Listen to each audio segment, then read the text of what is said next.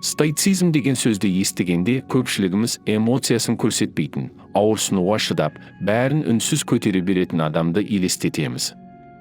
Бейне бір стоик дегеніміз тісін қысып өмірге қарсы тұрып тұрған, салқын әрі сезімсіз адам сияқты. Бірақ стоицизм бұл туралы емес. Бұл ілім эмоциядан бас тартуды да, сезімді өшіруді де үйретпейді. Мұндай түсінік кейін пайда болған. Уақыт өте келе стоицизмнің мәні бұрмаланып, ол жай ғана шыдау деген мағынада қабылдана бастады. Ал шын мәнінде стоицизм адамның тас болып қалуын емес, өмірді айқын көруін үйретеді. Ол болып жатқан нәрсеге артық мағына жүктемей, шындықты сол күйінде қабылдауға көмектеседі. Стоицизм ежелгі Грекияда пайда болған. Оның негізін қалаған Китион қаласынан шыққан Зенон, ол өз ойларын жабық мектепте емес, ашық жерде, стоа деп аталатын галереяда айтқан. Осыдан барып бұл ілім стоицизм деп аталды. Бұл маңызды. Себебі стоиктер өмірден оқшауланбаған. Олар өмірдің дәл ортасында жүрген. Олардың философиясы тек ойлану үшін емес, күнделікті өмірде қолдану үшін қажет болды. Бұл таңдаулы адамдарға арналған теория емес, кез келген адамға арналған практика еді. Бүгінде стоицизмді көбіне шыдау философиясы деп түсінеді. Бірақ стоиктер ешқашан азапты мадақтамаған. Олар ауырсынуды жақсылық деп есептемеген. Олардың мақсаты басқа еді, адамды өз қолында жоқ нәрсенің құлы болудан босату. Стоик маған ауырмайды деп айтпайды. Ол ауырсынуды мойындайды. Қорқынышты да, жоғалтуды да жоққа шығармайды. Бірақ ол өзіне басқа сұрақ қояды. Бұл жағдайда мен нені өзгерте аламын, ал нені өзгерте алмаймын? Стоицизм дәл осы сұрақтардан басталады. Бұл ілімнің негізінде бір қарапайым, бірақ өте маңызды ой жатыр. Адам өмірде болып жатқан оқиғалардың бәрін бақылай алмайды. Ауа райын, басқа адамдардың әрекетін, кездейсоқ жағдайларды, ауруды немесе жоғалтуды өзгерту біздің қолымызда емес. Бірақ біз сол оқиғаларға деген көзқарасымызды таңдай аламыз. Өз ойымызды, реакциямызды, шешімімізді басқара аламыз. Бұл жұбату емес. Бұл жауапкершілік. Стоиктер өмірді екі бөлікке бөлген. Біріншісі, бізге тәуелді емес нәрселер. Өткен, болашақ, басқа адамдардың пікірі, сыртқы жағдайлар. Бұлардың бәрі біздің еркімізден тыс. Екіншісі, біздің билігіміздегі нәрселер. Ойымыз, таңдауымыз, ішкі қатынасымыз, әрекетіміз. Стоиктер үшін еркіндік дәл осы екінші бөліктен басталады. Әлем ыңғайлы болып кеткенде емес, адам әлемнен басқа нәрсе талап етуді тоқтатқанда. Бір қарағанда бұл көзқарас салқын немесе қатал сияқты көрінуі мүмкін. Кейде стоицизмді сезімнен бас тарту деп ойлайды. Бірақ бұл дұрыс емес. Стоицизм сезімнен қашу емес. Бұл шындықпен адал болу. Стоик ауырсынуды жоққа шығармайды. Ол қайғыны, қорқынышты, жоғалтуды мойындайды. Бірақ ол сол сезімдердің бүкіл сананы жаулап алуына жол бермейді. Стоицизм өмір жеңіл болады деп уәде бермейді.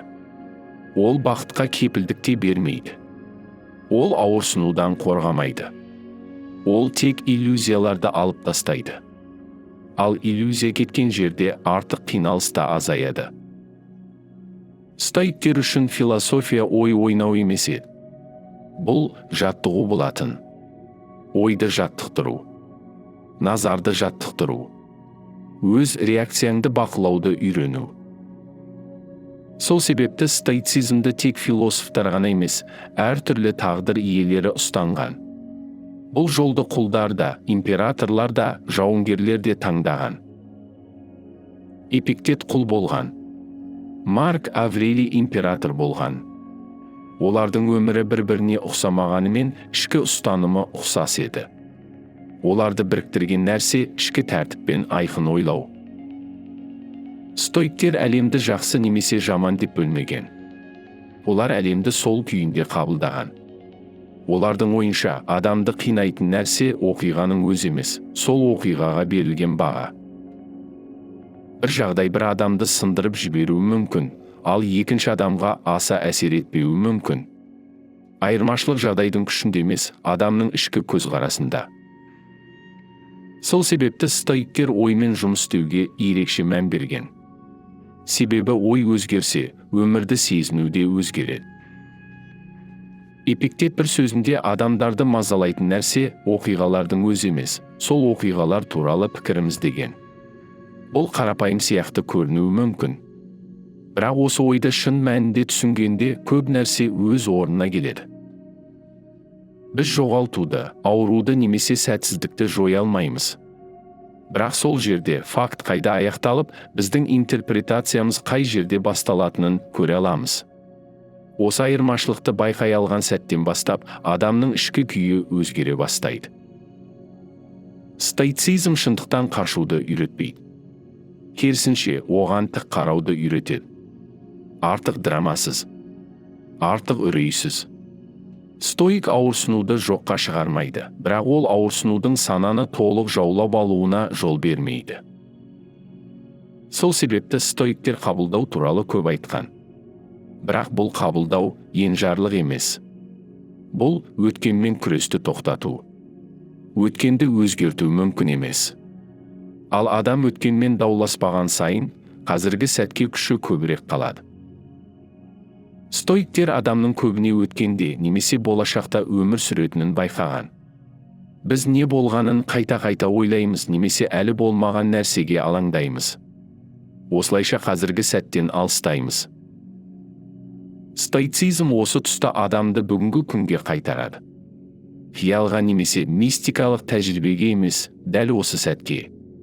Өзіңе қарап, қазір не істеп жатқаныңды, не ойлап отырғаныңды, неге солай істеп жүргеніңді байқауға үйретеді. Стоиктер ішкі тыныштық өздігінен пайда болмайтынын білген.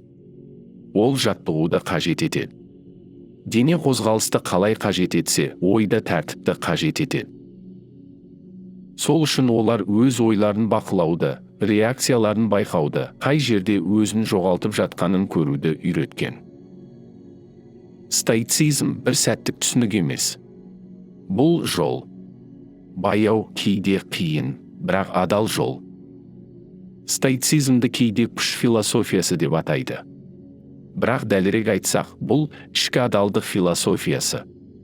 Стоиктер күшті болып көрінуге тырыспаған. Олар өз-өзіне өтірік айтпауға тырысқан. Дәл осы қасиет оларды ішкі жағынан берік еткен. Олар бір қарапайым нәрсені жақсы түсінген.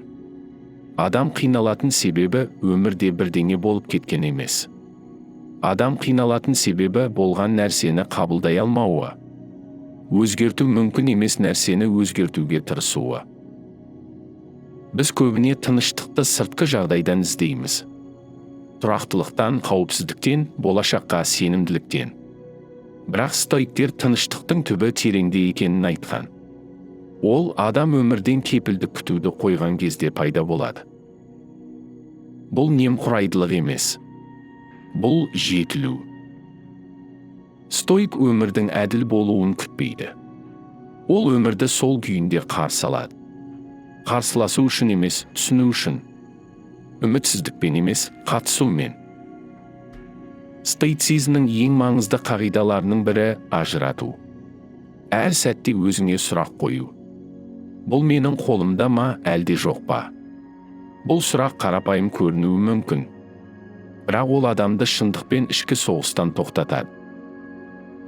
Көп жағдайда адамның азабы тағдырдың соққысы емес, назардың дұрыс бағытталмауы. Біз өз қолымызда емес нәрсеге күш жұмсаймыз да, өзгерте алатын дүниені назардан тыс қалдырамыз. Сондықтан стоицизм жауапкершілікпен тығыз байланысты.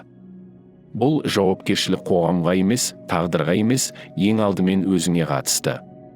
Өз ойыңа, өз бағалауыңа, өз таңдауыңа. Стоик әлемді кінәламайды.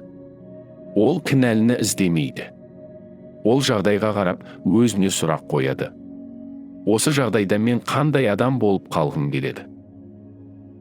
Бұл сұрақ өте маңызды. Себебі жағдай өзгереді, ал адам өзімен қалады. Стоиктер біз өмірде не болатынын әрдайым таңдай алмайтынымызды, бірақ сол жағдайға қалай жауап беретінімізді әрдайым таңдай алатынымызды түсінген. Осы мағынада стоицизм аман қалу философиясы емес. Бұл қадір философиясы. Ол өмірді жеңіл етпейді. Ол адамды тұтас етеді. Стоиктер өлім туралы ойланудан қашпаған. Бұл бүгінгі адамды жиі шошытады. Бірақ олар үшін өлім туралы ой өмірді бағалау тәсілі еді. Өмірдің шектеулі екенін түсіну әр сәтке мән беруді үйреткен. Адам бәрі бір күні аяқталатынын сезінгенде, өмірді кейінге қалдыруды азайтады. Ол сөзге де, әрекетке де, шешімге де мұқият қарай бастайды. Стоицизм жұбату бермейді. Ол анық көзқарас береді. Бұл көзқарас әрдайым жағымды бола бермеуі мүмкін. Бірақ ол жалған үміттен босатады. Ал жалған үміт кеткен жерде ішкі қысымда азаяды. Бүгін стоицизмнің қайтадан еске алынуы кездейсоқ емес. Әлем жылдамдап кетті.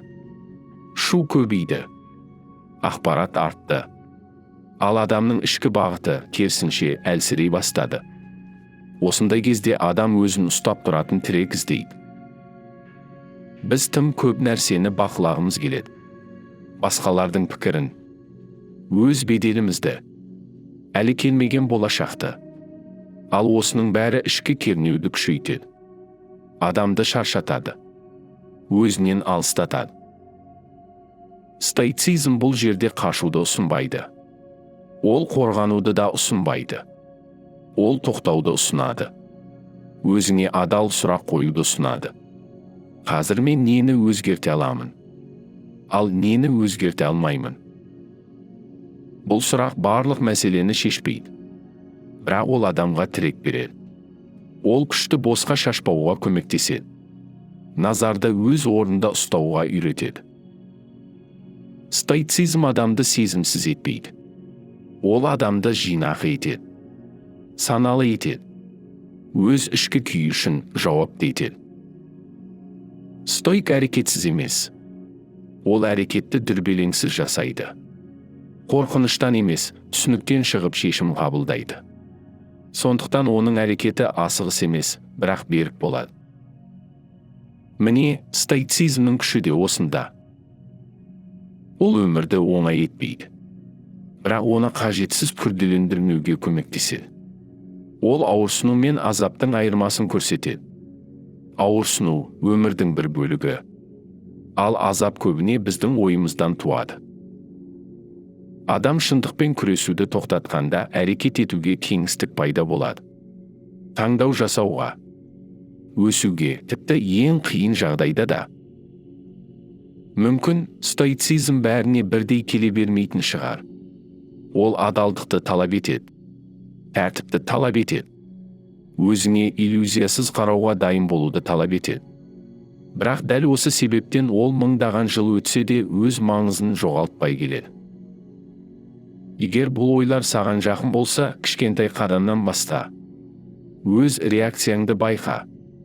Қандай ойлар сені мазалап жатқанын аңғар. Қазір не сенің қолыңда, ал не сенің қолыңда емес екенін өзіңе сұра. Бұл бірден өмірді өзгертіп жібермейді. Бірақ уақыт өте келе сен өмірге қалай қарайтыныңды өзгертеді. Ал көзқарас өзгерген жерде адамның өзі де өзгере бастайды. Егер бұл видео саған пайдалы болған болса, қолдау ретінде лайк басып арнаға жазыл. Мұнда мен өзіңді және айналаңдағы дүниені тереңірек түсінуге көмектесетін ойлармен бөлісемін. Соңына дейін бірге болғаныңа рахмет. Келесі видеода көріскенше.